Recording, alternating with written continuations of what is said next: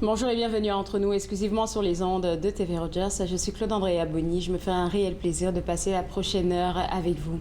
Aujourd'hui à l'émission, on va parler de comment amorcer le changement dans nos vies avec notre coach de vie, Sylvie Lapointe. On va aussi discuter avec Chantal Vallerand de l'organisme Jeunesse sans drogue. Vous savez, habituellement, on parle toujours de prévention et aussi d'éducation, mais cette fois-ci, on a décidé d'aller sous un angle différent, celui selon lequel votre enfant a déjà consommé, comment en parler avec lui. Et j'espère que les parents prendront des notes parce qu'il y a beaucoup de choses à partager à ce sujet-là. Et tout de suite, pour commencer, je parle avec Émilie Murray, qui est auteure. Mais avant d'être auteure, il y a une belle histoire, en fait. D'où est-ce que ça a commencé? En 1997. Au moins, là, je t'ai née. Et là, tu as participé à un concours d'écriture lancé par Bibliothèque publique Ottawa. Qu'est-ce qui t'a poussé à faire ça en 1997? Oui, j'étais 14 ans. Seulement 14. Et j'avais fait un examen à l'école. On devrait utiliser des mots spécifiques qu'on apprend durant la semaine. Et j'ai écrit une histoire et mon enseignante a dit c'est une bonne histoire, ça. Et ma mère a entendu un avertissement au radio qu'il y avait un concours de partie de la bibliothèque. Bravo, maman. Oui. Merci, maman. Et elle a dit, tu dois donner votre histoire à la bibliothèque et peut-être quelque chose peut arriver. Oui. On ne sait pas. On ne sait pas. Et j'ai reçu un appel et la personne a dit, quand tu viens pour la cérémonie, peux-tu apprendre votre histoire? Et j'ai entendu rien d'autre. J'arrivais à la cérémonie, je m'excuse. Et durant la cérémonie, j'ai appris que toutes les personnes qui a déposé une soumission. Non, qui a pris leur histoire avec elle, ont gagné. En fait, tu savais pas? Je savais pas. On t'a juste dit, viens à la bibliothèque. Non, juste dit, viens et apporte votre histoire. Comme une surprise. Oh. Et j'ai réalisé que peut-être j'ai un don. Oui! OK, et maintenant, je dois la lire avant toutes les personnes. Il y en avait combien de personnes à cette époque-là? Peut-être une trentaine, cinquantaine? Peut-être 95 ou 100. En tout cas, j'étais 14. Seulement une personne. J'étais nerveuse. Et j'ai gagné pour mon âge. Bravo! Oh, merci. On voit une photo en ce moment-là. Donc, vous étiez combien de gagnants? C'est tous les gagnants qui sont sur la photo? 6 gagnants qu'on voit sur la photo en ce moment? Oui. Et quand tu as gagné, dis-moi, comment tu t'es sentie? Parce que déjà, tu t'attendais pas que c'était une cérémonie où est-ce que tu étais lauréate, même pas lauréate, même en tout cas finaliste déjà pour commencer. Puis du coup, on t'annonce que tu as gagné. Comment tu t'es sentie à 14 ans? C'était la plus bonne chose du monde pour moi. Parce que j'aimais toujours écrire. Mais j'ai juste gardé avec moi parce que c'est quelque chose de très personnel. C'est sûr. Mais maintenant, c'est des validations. J'ai réussi. Quelqu'un d'autre pense que je peux écrire aussi. Oui, je comprends tellement qu'est-ce que tu dis. Alors, dis-moi, en 1997, quand tu as écrit ton texte qui a gagné, ça parlait de quoi, ce texte? Le titre, c'était Gold Teeth and Pebbles. Et c'était une histoire d'une petite fille qui était sur un autobus et elle a un livre et une personne assise à côté d'elle et lit le livre. Et après ça, la petite fille raconte une autre histoire fictive. La personne pense. Mais à la fin, la petite fille, elle laisse des petits roches. Et est-ce que c'était la fille qu'elle parlait d'eux? On ne sait pas. C'est comme un petit mystère. Un peu de mystère. Oui. Est-ce que tu aimes des ouvrages qui laissent à réfléchir, qui poussent à l'imagination? Est-ce que c'est ton style? Pour lire, oui, j'aime penser. Mais qu'est-ce que j'écris maintenant? C'est pour du fun. C'est juste pour du fun. C'est sûr que j'imagine que ton écriture de 1997 à aujourd'hui 2023, ça a changé un peu.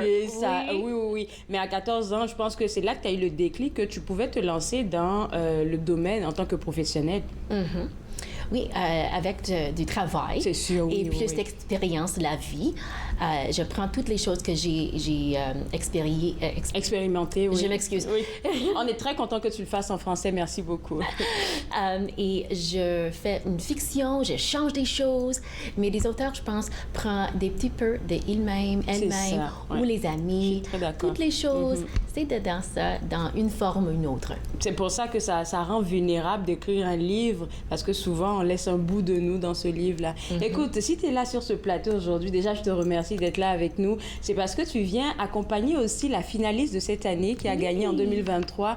Et je suis impatiente de la découvrir. Je suppose que nos téléspectateurs aussi. Il s'agit de Mali Froin qu'on va avoir après la pause et elle va nous présenter son texte et tu me diras qu'est-ce que tu en penses parce que tu étais là à la soirée où elle a gagné. Alors, je te garde avec moi et vous aussi d'ailleurs. Vous regardez Entre nous, exclusivement sur les ondes de TV Rogers.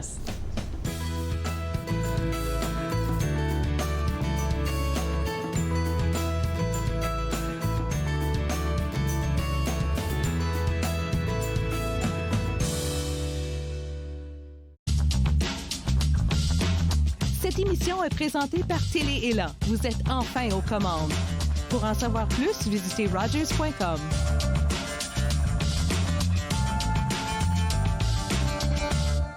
Quand tout s'est arrêté, nos divertissements se sont rétrécis à la grosseur de nos écrans. Avec la majorité des mesures sanitaires levées, la vie reprend son cours et nos artistes retournent finalement sur scène. C'est l'occasion d'encourager notre langue, notre culture et tout ça passe par les arts de la scène. Les salles de spectacle membres de Réseau Ontario disposent maintenant d'équipements spécialisés pour rendre les lieux sécuritaires pour tous. Ensemble, en personne, c'est tellement mieux.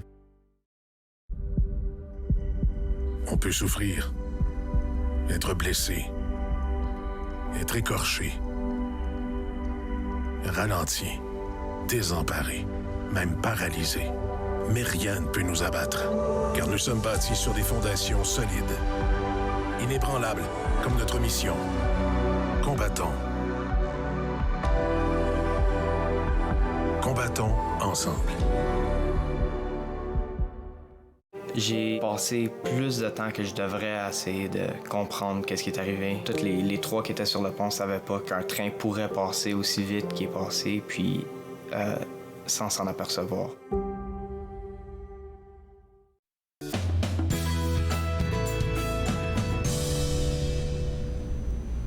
De retour Entre nous, exclusivement sur les ondes de TV Rogers. On parle toujours d'un beau projet, je veux dire un concours d'écriture, hein, c'est un beau projet de la Bibliothèque publique d'Ottawa et j'ai avec moi la finaliste, la lauréate de cette année 2023, Mali Froin. Je pense qu'il est en 12e année, je pense. 7e. En 7e année, oh oui, excuse, tu as 12 ans et tu es en 7e année, j'ai fait l'inverse. Ton texte s'intitule « Onde emprisonnée ». Ça veut dire quoi pour toi? Allons avec le titre d'abord. Ça veut dire quoi? Onde emprisonnée. Qu'est-ce que tu voulais exprimer? Pour moi, c'était ce que je voulais expliquer, c'est que une onde, pour moi, ça peut aller n'importe où. Et emprisonnée, ça voulait dire qu'elle était renfermée sur elle-même. Et donc, je voulais expliquer que elle essayait quand même de se disperser, mais qu'elle était emprisonnée. C'est un peu de ça que parle mon poème. Est-ce que tu te rends compte que il y a eu 739 et peut-être plus même de soumissions cette année et tu as été la finaliste, tu as eu la première place. Je ne sais pas si tu réalises en fait. Non. Je m'y attendais pas du tout. OK, comment ça s'est passé? Dis-moi, comment ça s'est passé, le fait que tu écrives ton texte, que tu le soumettes, ensuite qu'on t'annonce que tu es finaliste et finalement que tu es la lauréate. Comment? Et on veut comprendre le processus. Eh bien, j'ai soumis mon texte et donc... Est-ce que c'est ton enseignante qui t'a demandé d'écrire, de soumettre un texte? Non, c'est une bibliothécaire qui m'avait suggéré ce concours il y a quelques années. Donc j'ai tenté depuis. OK. Et donc oui, c'est la première fois que j'ai un prix. Et j'ai été très surprise quand j'ai appris que j'étais première place. Franchement, je l'ai appris sur le site. Ça m'a... Ouais, je m'y attendais pas du tout. Mais j'ai pas vraiment eu le temps vu je devais partir juste après pour je ne sais plus quoi. J'avais une raison, mais du coup, j'ai pas vraiment pu... J'étais surprise, mais après j'étais vite occupée par autre chose, donc j'ai toujours du mal à réaliser. J'ai l'impression que c'était...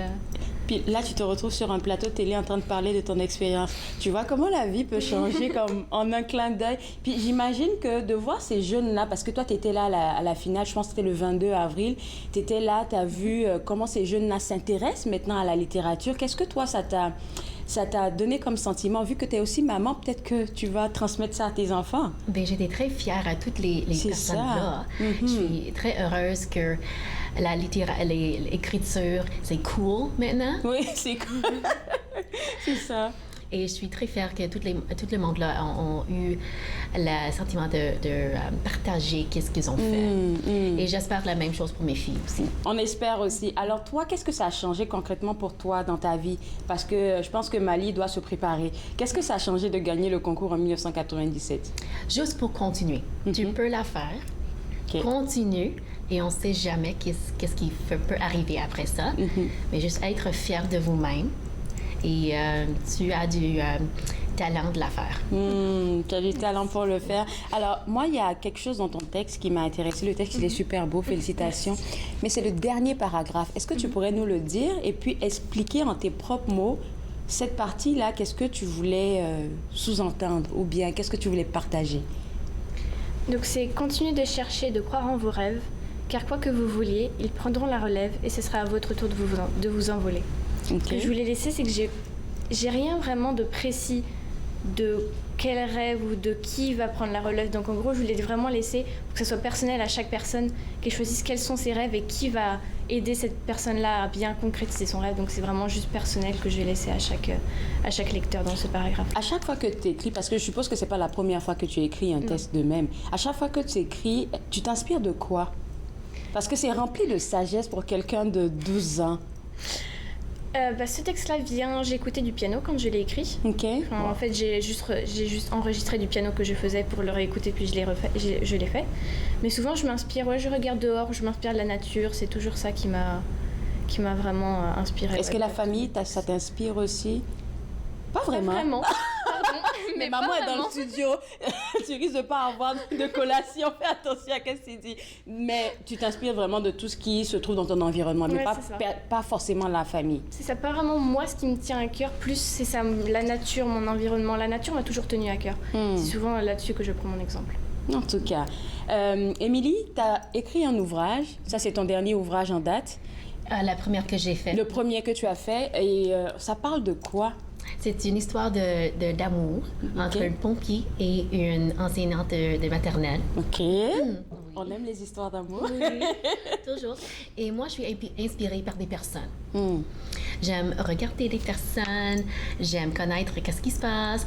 Tout ce que j'entends, je touche, je vois, ça peut être quelque chose que je mette dans mon histoire. Aucune place où personne n'est sauf. Ça t'a pris combien de temps pour écrire cet ouvrage-là? Et c'est quoi les défis que tu as eus, très sincèrement? Parce que Mali, je pense qu'on va en parler plus tard. Celui-là, j'ai commencé à écrire le 15 novembre de 2021. Et j'ai publié pour le 1er décembre 22. Parfait. Donc, une année, un mois que tu as travaillé dessus. Ça n'a pas été difficile? C'était difficile parce que j'ai 2 enfants. Un qui est 4 ans. Bonjour, Elora. Et l'autre, Eowyn. Bonjour. Qui est 20 mois. Et comme être maman, je suis fatiguée. Oui, j'imagine. Et j'ai aussi une garderie à la maison, beaucoup plus d'enfants. Mais tu as réussi à le faire. J'ai réussi, exactement. J'ai réussi. C'était difficile, comme j'ai dit. Et j'ai des sentiments, des fois, de je peux pas faire, aucune personne va le lire, c'est pas si bon, peut-être je dois arrêter. Mais non, j'ai continué. Continue. Il y a quelqu'un dans le monde qui attend pour votre poésie ou pour mon livre. Il y a quelqu'un qui va dire « Ah oui, j'ai attendu pour ça, c'est ma favorite, je veux la lire encore et encore et encore. » On ne sait jamais. J'adore qu'est-ce que tu viens de dire. C'est tellement vrai parce que je me dis quand on a un projet dans le cœur, souvent ça vient de nulle part. On ne sait même pas pourquoi ça nous tient à cœur. Il faut juste le faire et puis ça va servir à quelqu'un. C'est pas pour nous. Il faut juste le libérer. Et puis je pense que Mali t'a pris bonne note. Pourquoi j'ai posé la question, Émilie? Parce que tu me confiais que tu es en train d'écrire un livre. Oui? Oui, j'en écris plusieurs en même temps. C'est ça, là! Tu écris plusieurs livres. Alors, celui qui est presque terminé, c'est lequel? Presque terminé, je suis rendue qu'à la page 50, je crois. Et donc, j'en prévois, je sais pas, 400, quelque chose comme ça. Ça parle de quoi? Moi, j'adore la fantaisie, donc j'écris souvent la fantaisie. D'ailleurs, c'est mes poèmes, souvent, j'écris pas beaucoup de poèmes, j'écris souvent des histoires.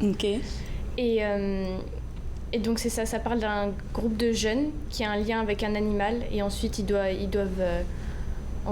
aider une certaine tribu à pouvoir survivre dans leur environnement. Ça doit demander beaucoup de choses, beaucoup de travail, beaucoup de temps aussi pour écrire. T'as Téco, voilà, Émilie qui disait qu'elle est maman, elle a un travail aussi. Trouver le temps de faire ça, c'est quelque chose, mais tu te donnes jusqu'à quelle année, quel mois de cette année, je sais pas, pour terminer ça? Parce qu'on parle de 400 pages. Ouf! J'ai aucun objectif pour l'instant. Tu te laisses guider. C'est ça, j'écris juste le plus que je peux, le plus où l'inspiration me vient. Et puis, je sais que de toute façon, je ne pourrai pas le publier tout de suite. Donc... Oh, sait-on jamais?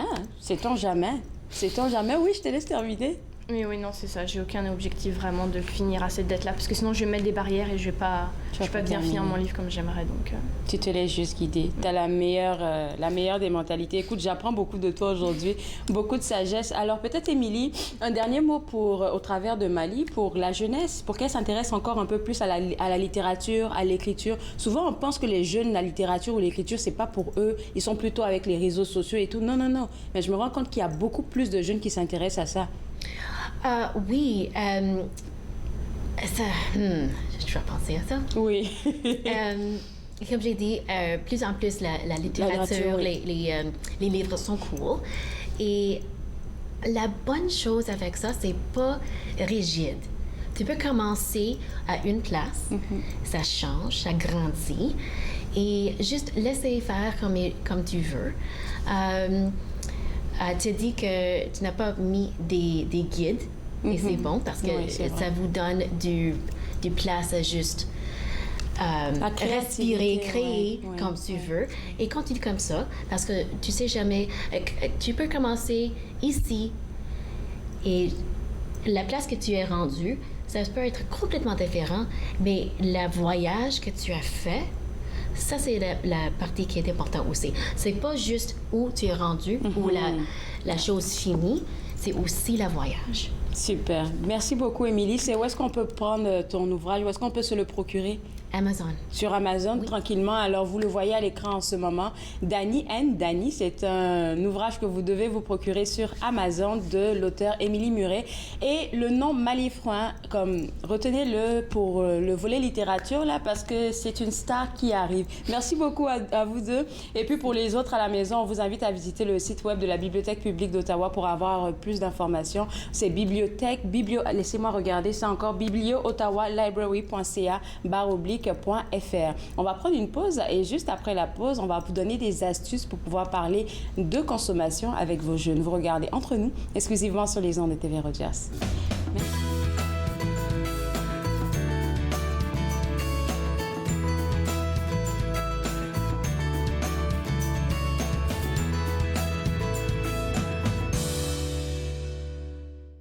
Ici Jean-Marie Vianney. À chaque semaine, je vous ferai découvrir des personnalités provenant de différents milieux.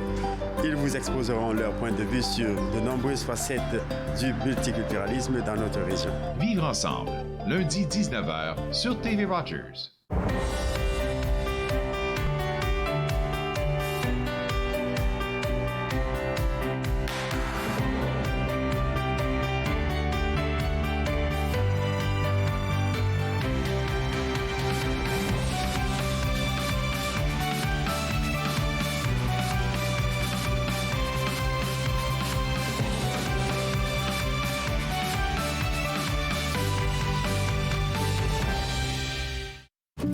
C'était le fun?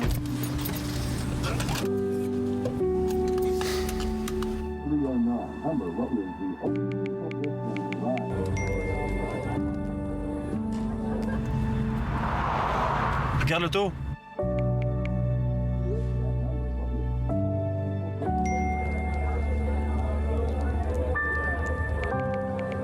C'est pas celle-là dont tu me parlais l'autre fois? Je suis Linda Leclerc et chaque semaine, en compagnie de mes invités, vous apprendrez comment relaxer, vous dilater la rate et surtout être de bonne humeur. Yoga du rire, dimanche 20h30 sur TV Rogers.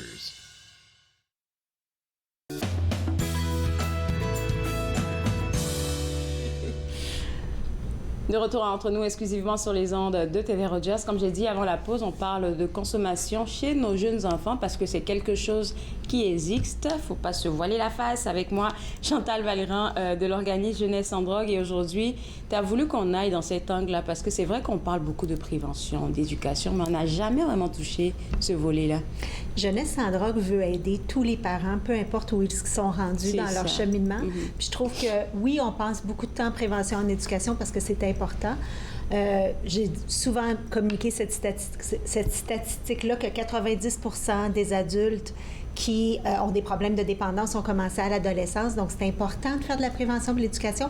Mais il y a peut-être des parents qui nous regardent puis qui, eux, se disent « Moi, je sais que mon jeune consomme. Comment maintenant je peux faire pour l'aider? » Ouais. Et puis, à cette question-là, rien qu'à y penser, j'imagine un père ou une mère qui réalise que son fils, sa fille, ou je sais pas, là, prend quelque chose, la gorge nouée, là, tu te demandes comment je commence une conversation avec lui ou elle. Bien sûr. C'est sûr que l'instinct de protection, on veut protéger nos enfants, mais pour les protéger, il faut être présent, il faut les soutenir. Donc, dans un premier temps, si on soupçonne que son jeune consomme, il faudrait être capable d'avoir une conversation posée où est-ce qu'on invite le jeune à partager son expérience et à aller chercher le pourquoi.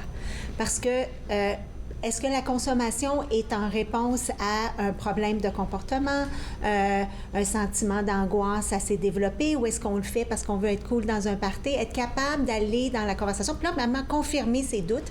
Est-ce que oui ou non, il y a une consommation qui est problématique, et être capable d'aller parler puis d'aller chercher le pourquoi. Quelque chose qu'on répète toujours, toi et moi, enfin que tu nous répètes, même je devrais dire, surtout quand on parle de prévention ou d'éducation, je pense que ça a aussi son sens dans qu'est-ce qu'on est en train de discuter aujourd'hui, c'est que quand un parent veut amorcer une discussion aussi difficile que ça, il ne faudrait pas aller avec le reproche ou bien l'accusation, parce que ça va, je pense, ça va pousser l'enfant à se fermer sur lui-même. Je suis contente que tu en parles. Oui, exactement. Donc, c'est pas le temps d'en parler si, par exemple, le jeune rentre à la maison le soir et on sait qu'il est intoxiqué, on est paniqué, c'est pas le temps d'avoir cette conversation-là. Il faut vraiment partir avec l'esprit de dire on va le faire avec empathie, on va le faire avec calme. Donc, j'invite les parents à aller chercher l'information nécessaire, le soutien nécessaire. Il y en a sur notre site Web. On a une ligne clavardage. Allez chercher les outils nécessaires pour que quand vous allez être prêt pour vous asseoir avec votre jeune, de le faire avec calme et d'aller, comme je dis, c'est pas nécessairement d'adresser la consommation en premier lieu, mais d'adresser le pourquoi. Comment on va faire pour bien soutenir notre jeune et savoir justement quel est le rôle de cette consommation-là dans leur vie. Vu que là, on parle d'un jeune qui consomme déjà. Oui. Au départ, quand on parlait de prévention, toi et moi, tu mentionnes toujours qu'on peut utiliser, par exemple, des statistiques ou bien un article qu'on a lu ou je ne sais plus, n'importe quoi d'autre pour amorcer la conversation. Mais là, on sait que le jeune, il consomme. Oui. Quand je veux amorcer la conversation, par quoi tu penses que je devrais commencer? Tu as dit le pourquoi, oui, mais est-ce que je dis, j'ai trouvé des affaires dans... Pas nécessairement, parce que peut-être que le jeune va être sur la défensive. Puis on a déjà parlé aussi avant de dire, j'aimerais te parler de ça. Est-ce que c'est un bon moment? Parce que nous, on est peut-être prêts. Là, on est prêts, on a fait nos devoirs, on est calme. Puis là, on dit, c'est le bon moment. Mais il faut que le jeune soit prêt à accueillir ce qu'on va dire. Donc, il faut absolument dire, on n'aura pas le choix, on va en parler, mais est-ce que ça, c'est un bon moment? Ou sinon, quand est-ce qu'on peut s'en parler? Et le faire en toute franchise, je suis inquiète. Je suis ta maman, j'ai l'impression, je soupçonne que tu prends du cannabis, j'ai des doutes là-dessus. Est-ce que j'ai raison? Est-ce qu'on peut en parler, s'il vous plaît? Même si le jeune dit non, dire, bien, pour moi, c'est important, fait que, OK, pas aujourd'hui, mais on va en parler demain. Et aller savoir le pourquoi. C'est comme je dis, est-ce que le jeune consomme tout seul? Est-ce que le jeune consomme parce qu'il pense que tous les autres jeunes consomment? Dans cette optique-là, si, par exemple, oui, mais tout le monde le fait, il y a des statistiques pour nous appuyer. On sait que c'est pas tous les jeunes. Tout dépendant de l'âge du jeune où est-ce qu'il est rendu. On peut savoir, par exemple, qu'à un certain âge, seulement un jeune sur 5 a essayé dans la dernière année de prendre du cannabis, par exemple.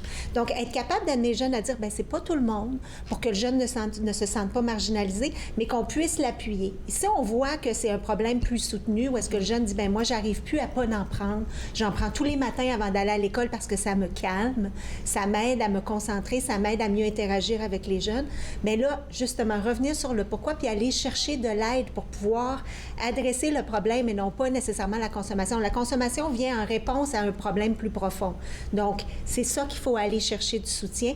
Puis la première porte, c'est souvent, je le dis souvent, c'est le pédiatre, c'est le médecin. Où est-ce qu'on est capable d'aller chercher de l'aide pour dire... Moi, c'est ce qui se passe avec mon enfant. Puis là, on peut avoir différentes options là, pour pouvoir le soutenir. Il y a, quand la consommation devient-elle problématique selon toi? Parce que là, tu as dit quelque chose qui m'a un peu choquée, comme un jeune qui dirait « Ah, j'en prends à chaque matin avant d'aller en cours parce que ça me calme. » Oui. Ou ça m'aide à dormir. On a des jeunes qui consomment du cannabis avant de se coucher parce que ça facilite le sommeil.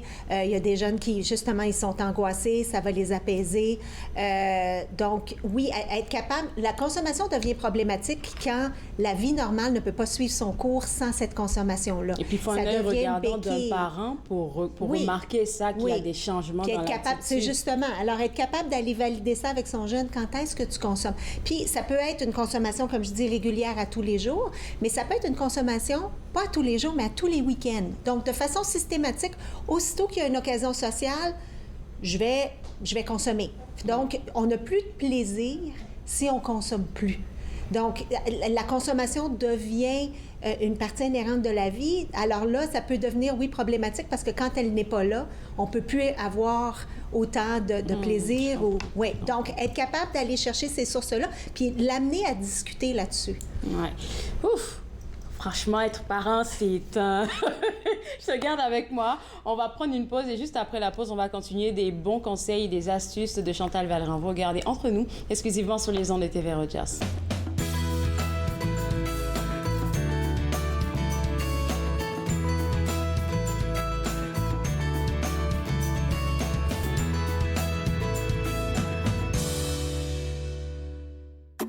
Je suis Linda Leclerc et chaque semaine, en compagnie de mes invités, vous apprendrez comment relaxer, vous dilater la rate et surtout être de bonne humeur. Yoga du rire, dimanche 20h30 sur TV Rogers. Bonjour, je m'appelle Michel Prévost, je suis un historien et archiviste, président de la Société d'histoire de l'Outaouais et j'ai le plaisir, avec les émissions Promenade dans le temps, de vous faire découvrir le riche patrimoine d'Ottawa, de Gatineau, de l'Est ontarien et de l'Outaouais. Ces émissions ont pour but de vous faire connaître notre patrimoine et le valoriser. Promenade dans le temps. Mardi 19h30 sur TV Rogers. L'industrie canadienne du cinéma et de la télévision a besoin d'une main-d'œuvre plus diversifiée, qui offre plus de possibilités aux personnes noires, autochtones et de couleur. Embaucherdiversité.com est là pour ça. Que vous soyez débutant ou expérimenté dans le métier ou à la recherche de talent, Embaucherdiversité.com vous connecte avec les bonnes personnes, du scénario au développement et de la production à la commercialisation en passant par la distribution. Embaucherdiversité.com. Ensemble pour une industrie plus forte. Je m'appelle Chef Marc Miron et je vous invite chaque semaine dans ma cuisine. Je vous ferai découvrir des recettes, des plats, des techniques provenant du monde entier. C'est à ne pas manquer. Passion Cuisine, lundi 13h30 sur TV Rogers.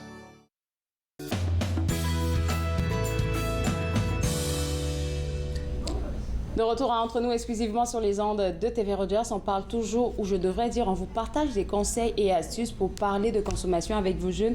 Et Chantal, durant la pause, tu disais quelque chose d'assez intéressant, je ne sais pas si on veut le partager. On parlait de, avant la pause, consommation, quand la consommation devient problématique. Mais là, tu mentionnais qu'un pharmacien avait attiré ton attention sur quelque chose. Oui, le concept de la tolérance. Donc, un jeune ou un individu peut, par exemple, prendre des comprimés pour avoir un buzz. Donc, la première journée, la première fois qu'il l'essaie, va prendre un comprimé X. La première journée pour avoir un buzz. La deuxième journée, pour avoir le même buzz, va être amené à en prendre 2. La troisième journée, pour avoir le même buzz, va être amené à en... Donc, bon. Et là, en bout de piste, on peut se ramasser au bout de 3 semaines à prendre jusqu'à 30 comprimés pour avoir le même buzz qu'au début. Mais si tout à coup, il arrive quelque chose, puis on n'est pas capable de se procurer ces comprimés-là, puis on n'en prend pas pendant 2, 3, 4 jours. Il y a une période de sevrage, mais ce qui fait que sa tolérance baisse. Et l'individu peut penser, bon, bien, j'en ai finalement, je m'en suis procuré, je vais reprendre mes 30 comprimés. Et souvent, il y a des surdoses, des overdoses qui sont causées par ça. Parce que les gens vont se rappeler, OK, la dernière consommation, la dernière dose que j'ai prise était 30, je vais prendre la même. et son corps a sevré, donc il y a une surdose qui se fait à ce moment-là. Puis c'est des surdoses accidentelles parce que cet individu-là prenait autant de comprimés, son corps s'était habitué, mais ça ne prend pas de temps. Exactement. Le sevrage, oui, fait. Ça peut être très dangereux. Puis prendre des comprimés de façon générale, on en a déjà parlé, c'est dangereux dans le sens où il faut que ça soit prescrit à un certain individu pour une certaine condition. Les pharmacies gardent leurs comprimés à une température tempérée, ils savent exactement la dose, etc. Aussitôt que le médicament sort, si vous l'achetez sur la rue, par exemple, tout ça, ce contrôle de la qualité du médicament peut avoir été tempéré et ça peut être très dangereux. Ben oui. Alors, comment on peut réduire les risques, selon toi? Bien, justement, on parle de réduire les risques, savoir ce qu'on prend et aider son jeune à comprendre justement les niveaux de THC dans le cannabis. Quelles sont les règles pour boire, consommer, si on décide de consommer de l'alcool? Quelles sont les règles qui font que je vais peut-être diminuer les risques par rapport à mon poids, par rapport au nombre de temps, le laps de temps qui va se passer entre chaque consommation? On a ces informations-là sur notre site. Idéalement, on voudrait que notre jeune ne consomme pas. Oui. OK? Mais dans l'optique où est-ce que le jeune consomme déjà, ils sont en train de parer une solution, l'accompagner là-dedans puis dire « J'aimerais ça t'aider à prendre les meilleures solutions pour toi, pour ta santé. » Essayer de diminuer les risques, ne pas consommer seul et avoir à la maison cette petite trousse-là, ce que j'encourage chaque parent. Oui, exactement. On veut savoir ta petite trousse. Qu'est-ce que tu nous conseilles d'avoir là-dedans? La trousse de naloxone. Puis ce que je propose, c'est que dans un autre entretien avec toi, on t'expliquera exactement comment l'utiliser. C'est pas compliqué. Parfait. Mais d'ici ce temps-là, j'encourage tous les parents à aller en pharmacie. C'est gratuit. Vous allez, quand vous allez chercher vos prescriptions, demandez aux pharmaciens, ils vont se faire un plaisir de le donner. Il n'y a aucun jugement, il n'y a aucune stigmatisation par rapport à ça. Ayez une trousse à la maison. Ça peut aider, dans le cas d'une surdose aux opioïdes, à renverser l'effet jusqu'à temps que l'ambulance vienne puis que, justement, on puisse ranimer la personne qui a perdu connaissance. Mais ça peut aider un voisin. Au même titre qu'on a des trousses de premiers soins à la maison, en cas, chaque famille, je crois, devrait l'avoir et c'est gratuit. Il n'y a aucune raison pour ne pas l'avoir à la maison. OK, donc on va en pharmacie tout simplement et puis on le demande, on l'a dit, il n'y a pas de jugement. Donc, surtout si vous avez des jeunes à la maison, ça se peut que souvent même ton jeune, il consomme et que tu n'en saches vraiment rien du tout. Parce que toi et moi, on a déjà parlé durant une chronique des jujubes. C'est sucré. Tu sais, ils en prennent tellement, il va se dire, OK, c'est quelque chose qui se trouve dans la chambre. Et puis peut-être en tant que parent, un parent qui ne connaît pas qu'est-ce que c'est, ça ressemble vraiment à des bonbons qu'on achète aussi dans des places, tu sais. Exactement. Donc, le parent peut pas tout de suite cliquer, en fait, en se disant, ah, c'est peut-être ça. Oui, exact. Bien, c'est ça. Si on le sait pas, allez poser des questions. Je ne prendrais pas le naloxone pour une intoxication cannabis. C'est vraiment réservé pour les opioïdes. Mais en cas de doute aussi, ce que je veux rassurer les parents, c'est qu'en cas de doute, s'il y a quelqu'un qui est inconscient à la maison puis on ne sait pas ce qu'ils ont pris, si on utilise le naloxone pour animer la personne, mais que cette personne-là n'avait pas consommé d'opioïdes, il n'y a aucun danger à l'utiliser. Okay. Donc, c'est pas dangereux, puis on peut sauver des vies. Donc, quand on parle de réduire les risques, si on a des enfants, qu'ils consomment ou pas à la maison, j'irai chercher une trousse. Parfait. Donc, on va récapituler avant la fin de notre chronique. Aujourd'hui, on a parlé de comment amorcer la discussion avec notre enfant si on sait il faut qu'on le confirme aussi, tu as dit, si on sait qu'il consomme peu importe la substance. La première des choses, c'est d'aller chercher le pourquoi. Oui, effectivement. Okay. Ensuite, à l'aider, le soutenir dans le meilleur du possible, à savoir justement comment pouvoir parer à ce problème-là d'une autre façon que la consommation. Mm-hmm. Et si on pense que c'est au-delà de nos habilités, aller consulter son pédiatre, son médecin, regarder les options. Est-ce qu'il y a des traitements à avoir en clinique externe, en placement, mais justement être capable de trouver la meilleure solution possible pour soutenir son jeune, puis de réduire les risques le plus possible. Éventuellement, comme je dis, on voudrait qu'il n'y ait pas de consommation, surtout de consommation problématique, mais dans l'optique où il y a déjà une consommation présente, comment on fait pour réduire les risques au maximum? Alors, parlons maintenant des ressources qui se trouvent gratuites, des ressources gratuites qui se trouvent sur votre site web, surtout pour aider les parents, parce que on le sait, toi et moi, c'est pas une conversation facile, surtout si c'est la première fois qu'on va parler de ça à notre jeune. Oui, mais on veut normaliser cette conversation-là. Donc, on a tous les outils sur notre site, peu importe l'âge du jeune. Donc, pour savoir là, qu'est-ce qui est approprié, à quel âge que je peux parler avec mon enfant, en prévention, en éducation, en intervention. Donc, un parent qui, justement, soupçonne ou sait que son jeune consomme peut venir sur notre site. On a un outil de clavardage où est-ce qu'il y a des spécialistes en santé mentale qui peuvent vous aider. Qui sont présents 24 heures sur 24, 7 jours sur 7, qui sont présents, qui peuvent vous aider, qui peuvent vous guider sur les ressources qui existent sur notre site Web ou ailleurs. Ou si un besoin aussi peut être référé à un psychologue. Il y a 5 sessions qui peuvent être offertes de façon gratuite sur notre site parce qu'on sait que maintenant, les listes d'attente pour voir un psychologue au sein de nos hôpitaux... Même les thérapeutes aussi, c'est ça. Oui, alors ça peut être très long et nous, on peut immédiatement être référé, puis en attendant au moins avoir une ressource. Puis ça peut être seulement pour le parent aussi. Donc peut-être que le parent est même pas prêt à impliquer son jeune, mais pour se faire appuyer là-dedans, parce que ça peut être très déroutant pour un parent de savoir que son jeune consomme, on peut se culpabiliser, etc. Donc on peut aller chercher du soutien pour nous aussi, pour être là après. Pour Puis je pense qu'en tant que maman, tu pourrais le dire aux parents qui nous regardent, pas besoin de culpabiliser là, parce que... Mais non, on fait tous notre possible. C'est ça. Oui, alors on est là pour nous, pour appuyer les parents sans jugement, peu importe où est-ce qu'ils sont rendus. Et il n'est jamais trop tard pour amorcer la conversation, donc j'encourage tous les parents à le faire. Merci beaucoup, Chantal. Sincèrement, là, tu nous offres des cadeaux à chaque fois que tu passes ici. Je pense que je suis prête à être maman. Peut-être pas, je sais pas trop. Mais en tout cas, pour les parents à la maison, www.jeunessesandroguecanada.org. Le site web, il est à l'écran en ce moment. C'est le site web que vous devez aller visiter si vous avez besoin d'outils, d'accompagnement. Et puis, comme elle l'a mentionné, le clavardage, c'est un tout nouveau bébé qui est disponible pour vous 24 heures sur 24 pour avoir des ressources. Sincèrement, c'est un cadeau que Jeunesse sans drogue fait à la communauté. Alors, pourquoi ne pas en profiter? Mais on va prendre une pause et juste après la pause, on va parler de comment amorcer le changement dans nos vies avec notre coach de vie, Sylvie Lapointe. Vous regardez Entre nous, exclusivement sur les ondes de TV Rogers.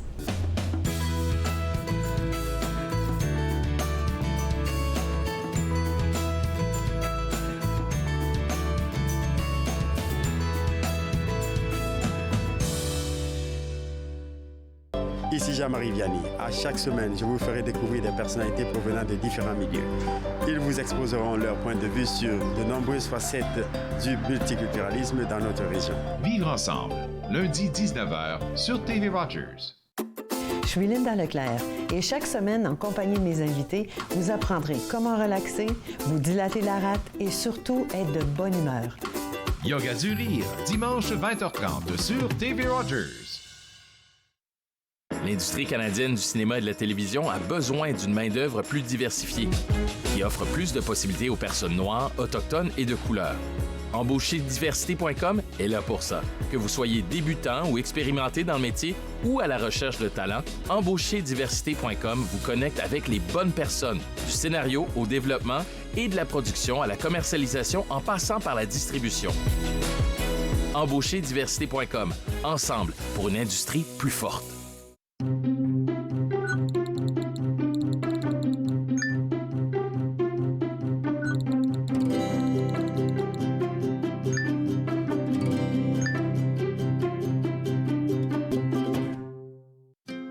Joignez-vous à moi et mes invités alors qu'ils partagent leurs souvenirs culturels et culinaires de pays à travers le monde. Bouffe sur la route, dimanche 20h sur TV Rogers.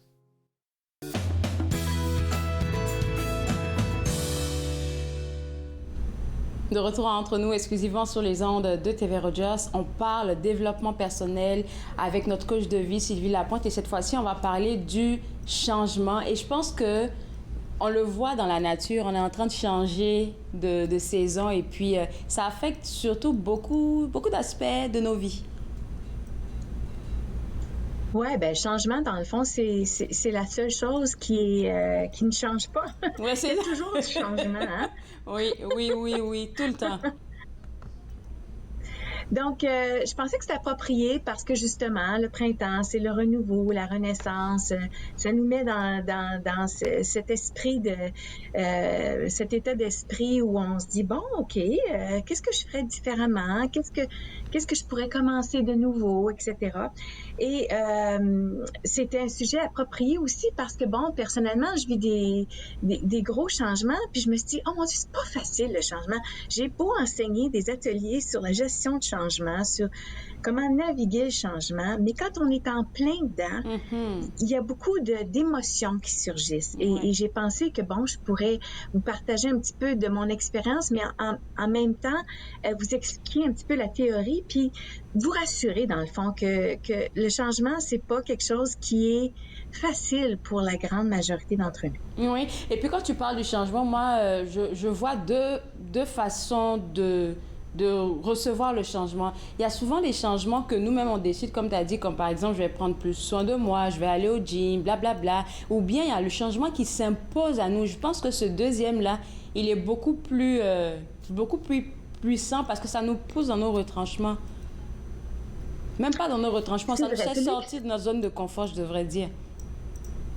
Tout à fait. Celui qui s'impose à nous comme, je sais pas moi, ton jeune t'annonce qu'il est accepté à une université puis il va déménager, il va changer de ville. Ah, ça, c'est un changement qui n'était pas tout à fait planifié. Ou un changement plus sérieux comme un diagnostic d'une maladie chronique ou d'un cancer ou d'un diabète ou quelque chose comme ça.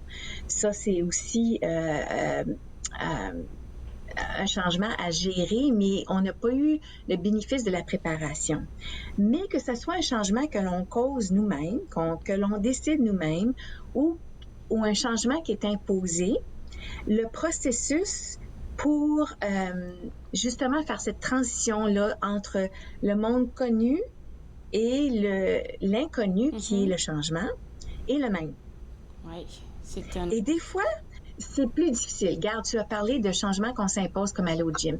Ben justement, mon médecin a changé mes médicaments. Ça fait maladie chronique. Elle les a changés au mois de janvier. Je me suis mis à prendre du poids, puis à prendre du poids, puis à me sentir fatiguée, etc. Donc, il y a eu toutes sortes de conséquences. Et autant j'ai été instructeur d'aérobie longtemps, de yoga, je connais l'importance de l'exercice, de l'alimentation pour être en santé. Autant j'ai pas vraiment pris d'action drastique. Parce qu'on a tendance à faire l'autruche. Hein? On se dit, oh, ça va passer. C'est plate, mais ça va passer. Puis à un moment donné, on arrive à une réalisation que, bon, c'est pas acceptable le statu quo. Je ne sais pas si on peut monter à l'écran le modèle que je vous proposais, c'est le modèle de Prochaska et Di Clemente, et je peux vous expliquer un petit peu dans ce cadre-là qu'est-ce qui arrive. Donc, bon, pour le premier, bon, justement, à les étapes du changement, ça, c'est toutes les émotions qu'on a à vivre quand on expérimente le changement. Et ben justement, on parlait d'un diagnostic de cancer ou on s'est une mise à pied au travail. Ça, ces changements-là qui nous sont imposés, c'est le choc. Hein? On s'est comme « wow ». Ça se peut pas. Et on est comme presque gelé dans nos réactions parce qu'on est en état de choc. Et quand on commence justement à s'en sortir, il y a toutes sortes d'autres étapes. Alors, Elisabeth Kubler-Ross est un médecin qui travaillait avec des patients en phase terminale de vie. Donc, des patients qui étaient à l'hôpital en fin de vie. Okay. Et elle a réalisé qu'il y avait une espèce de pattern au processus de justement de deuil. Parce que le changement, c'est une perte. Oui. Hein? Oui. Oui. Ah, je pourrais pas manger 2 desserts par jour. Il va falloir que je coupe mes desserts. Il va falloir que j'aille au gym. Il va falloir que je limite mes... Pas que je le fais, là, mais il va falloir que je limite mes pizzas une fois par mois au lieu d'une fois par semaine. Donc, c'est des pertes. Hein? Et plus c'est significatif, plus les pertes sont pesantes à porter. Oui. Donc, elle a observé que les gens passaient à travers différentes étapes. Donc, première étape, c'est le choc. Oh, OK, je fais mes valises pour aller au Mexique, puis aucune de mes robes de l'été passé fait. Ow! Il faut que j'aille magasiner. OK, ça, c'est un choc. C'est un petit choc de rien du tout. Mais quand le médecin m'a annoncé que, ce qui fonctionnait depuis comme une quarantaine d'années avait besoin d'être changé, puis que j'avais besoin de prendre un nouveau médicament, puis qu'il y aurait des séquelles, ça aussi, c'était un choc. Donc, le choc, c'est comme « ouch, j'aime pas ça ». Ensuite, il y a la période de déni. Bon, ça se peut pas, ils ont dû faire une erreur. Ça doit être temporaire. Je vais aller consulter un autre médecin, je vais aller voir quelqu'un d'autre pour me donner une autre opinion, etc.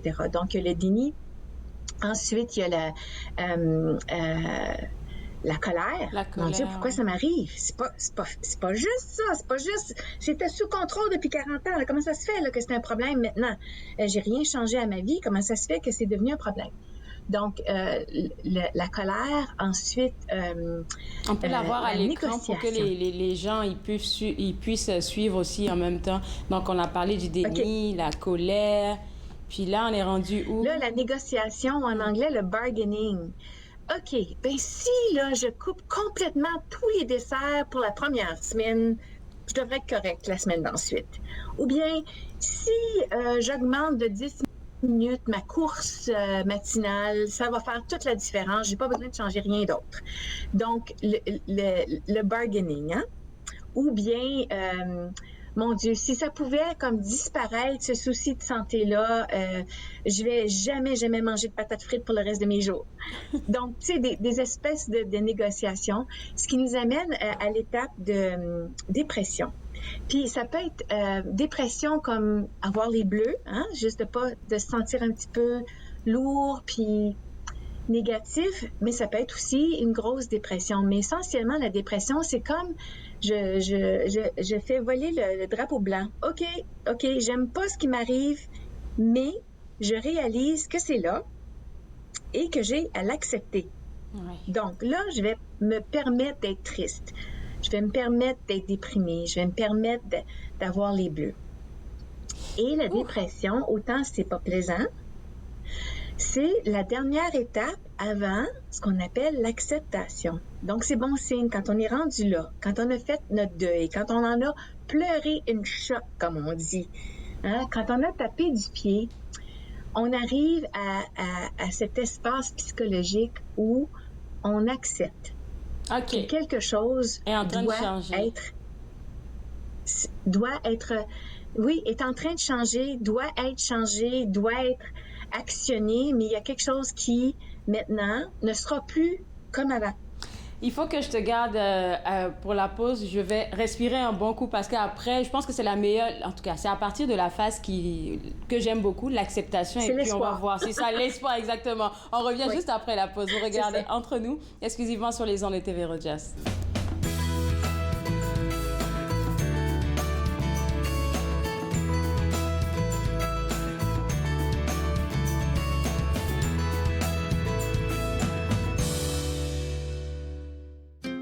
Joignez-vous à moi et mes invités alors qu'ils partagent leurs souvenirs culturels et culinaires de pays à travers le monde. Bouffe sur la route, dimanche 20h sur TV Rogers. Bonjour, je m'appelle Michel Prévost, je suis un historien et archiviste, président de la Société d'histoire de l'Outaouais et j'ai le plaisir, avec les émissions Promenade dans le temps, de vous faire découvrir le riche patrimoine d'Ottawa, de Gatineau, de l'Est ontarien et de l'Outaouais. Ces émissions ont pour but de vous faire connaître notre patrimoine et le valoriser. Promenade dans le temps. Mardi 19h30 sur TV Rogers. L'industrie canadienne du cinéma et de la télévision a besoin d'une main-d'œuvre plus diversifiée, qui offre plus de possibilités aux personnes noires, autochtones et de couleur. Embaucherdiversité.com est là pour ça. Que vous soyez débutant ou expérimenté dans le métier ou à la recherche de talent, Embaucherdiversité.com vous connecte avec les bonnes personnes, du scénario au développement et de la production à la commercialisation en passant par la distribution. Embaucherdiversité.com. Ensemble pour une industrie plus forte. Très heureuse, Nathan Parle est de retour en studio, en présentiel pour la 22e saison. Je reçois toutes sortes d'invités. Soyez là au rendez-vous à chaque semaine. Nathan Parle, mercredi 19h sur TV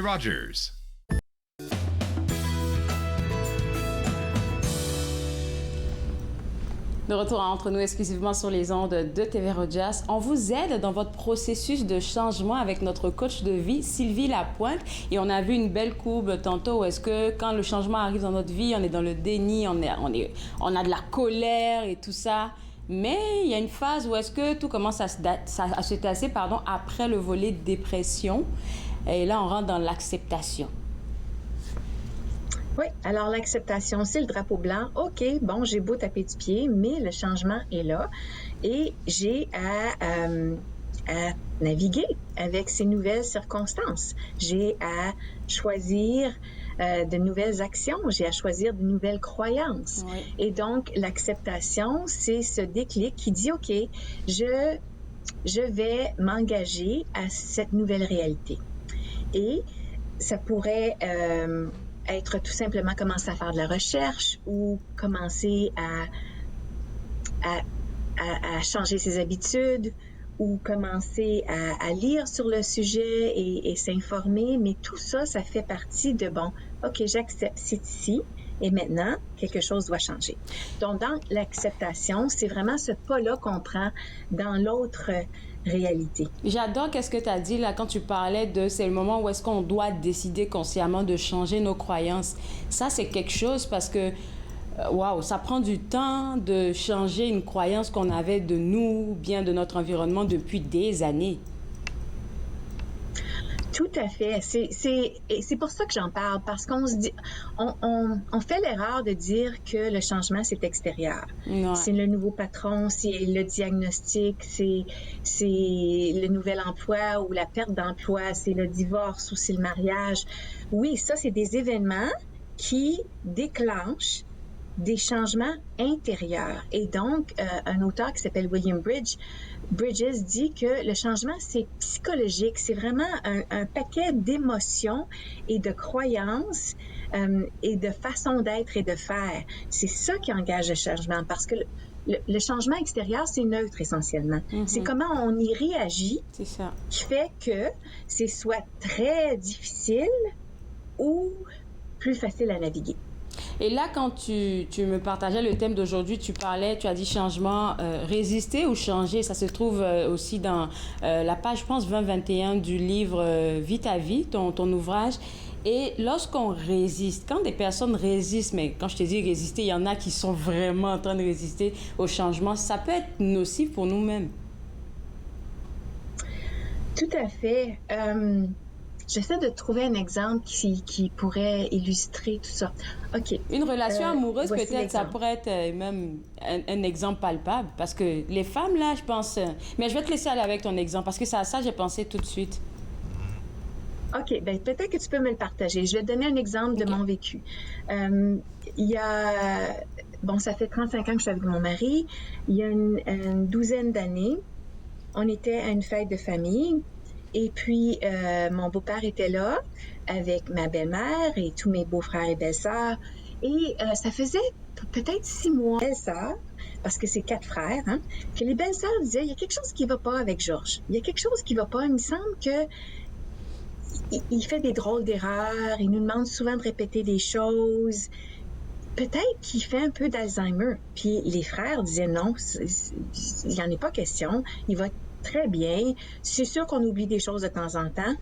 À cette fête-là de famille, on avait passé 3 heures ensemble. Mm-hmm. Il sort de la maison pour saluer tout le monde quand on rentre dans les voitures et il me voit comme contourner, comme si je sortais de la voiture, mais j'avais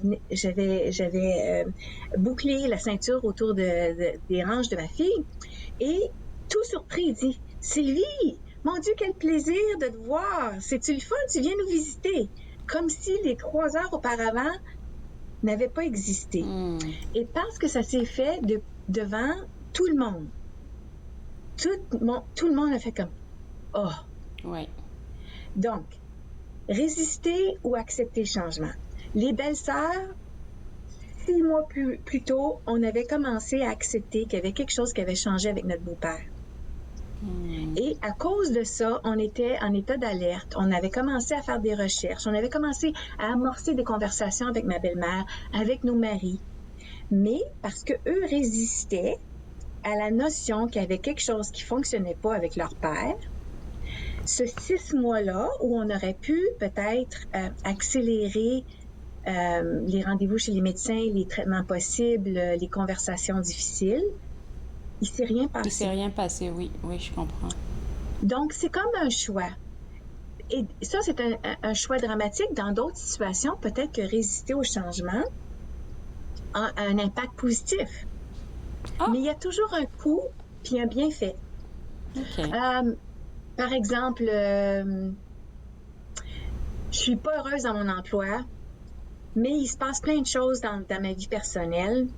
C'est pas clair pour moi si c'est vraiment l'emploi qui fonctionne pas ou s'il y a d'autres choses qui fait que mon état d'esprit est comme pessimiste et négatif. Alors, une occasion d'accepter un autre emploi, est-ce que je l'accepte ou je le refuse? Okay. Le bienfait possible, c'est que si je le refuse, puis que je dis vraiment, je suis pas dans un bon état d'esprit pour commencer un nouveau travail, et je pense que je veux me donner le temps de justement rester dans du connu pour essayer de défricher ce qui se passe dans ma vie pour pouvoir prendre une décision les yeux grands ouverts. Dans ce cas-là, résister au changement aurait un bienfait. Ah, c'est bon. Alors, je vais te garder avec moi. On va prendre une pause et puis on va clore l'émission ensemble si tu es d'accord. Je vous demande de rester avec moi. Vous regardez Entre nous, exclusivement sur les ondes de TV Rogers.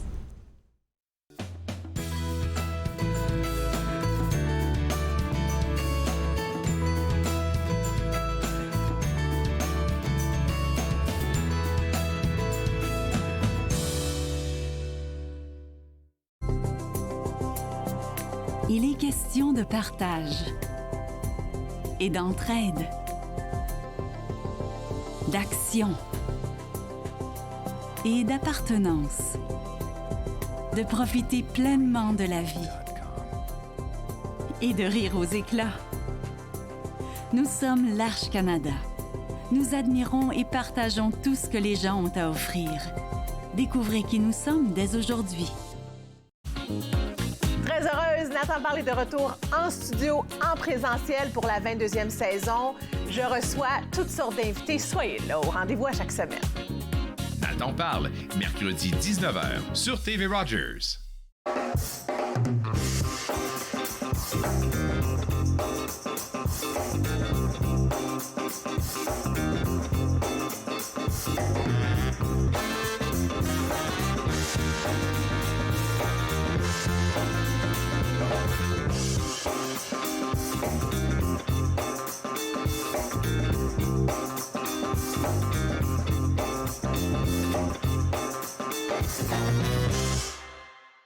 Souffrance, isolement, solitude.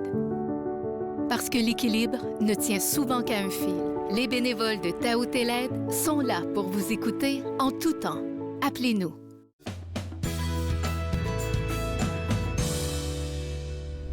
De retour entre nous exclusivement sur les ondes de TV Rogers, on a profité des merveilleux conseils de notre coach de vie, Sylvie Lapointe, avec la thématique d'aujourd'hui où est-ce qu'on parlait de changement, résister ou se laisser aller. Puis je pense que ce que je retiens, c'est que la meilleure des choses, c'est de se laisser porter par le changement, même si c'est difficile. Tout à fait. Tu vas me donner ton exemple romantique? Oui, je parlais du fait que, surtout pour les femmes, là, résister à sortir d'une relation qui n'est pas la bonne relation. Oui. Et ça arrive à beaucoup de femmes et je vois ça beaucoup sur les réseaux sociaux et puis je me dis souvent, non, j'ai fait tel nombre d'années avec telle personne, je veux pas le laisser aller parce que c'est ma zone de confort, en fait. Ah, la zone de confort. Et des fois, on est prêt à endurer plusieurs choses parce qu'on est confortable, mais vraiment, on ne l'est pas. On est inconfortable. Ouais, tellement vrai. Alors, ton ouvrage « Vie ta vie », où est-ce qu'on peut se le procurer? Et parle-nous des séances coaching. Est-ce que tu es encore bonne pour le mois de mai ou tu es full booké? C'est ça, justement. On peut se procurer mon livre sur mon site web ou au coin du livre. Le coin du livre a mon livre dans le secteur Cyrville. Merci beaucoup. Gros bisous à toi. Bye-bye. Salut. Alors, pour vous autres à la maison, www.l2emergence.com, c'est le site web de notre coach. On se voit demain à l'émission. Bye-bye. Faites-nous part de vos commentaires en composant le 613-521-2323 par courriel sur Facebook et Twitter.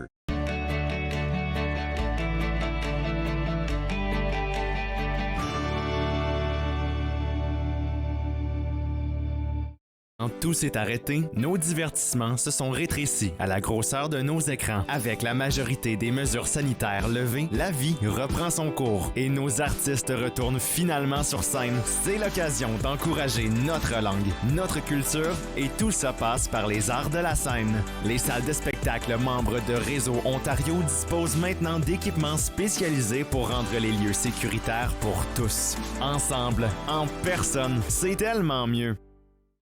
Êtes-vous préoccupé par la quantité d'alcool consommée par une autre personne?